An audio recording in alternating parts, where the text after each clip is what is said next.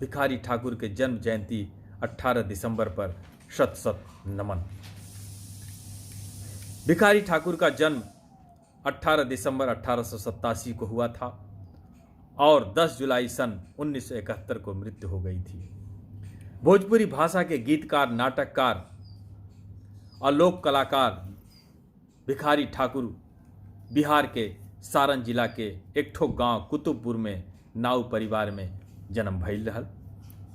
मैं खुद अरविंद चित्रांश पूर्वांचल के लोक कला संरक्षक और अंतर्राष्ट्रीय भोजपुरी संगम भारत के संयोजक कहना चाहता हूं कि मुझे भी भिखारी ठाकुर की विदेशिया नाटक का मंचन करने का सौभाग्य प्राप्त हुआ और 5 बार निर्देशन और मुख्य पात्र विदेशी का अभिनय करने का बहुत बड़ा सौभाग्य मुझे प्राप्त हुआ।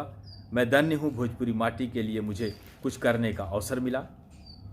वह समय के समाज में व्याप्त कुरीति पर आधारित भिखारी ठाकुर के रचना विदेशिया और बेटी बेचवा का नाम भइल, बहुत नाम भइल।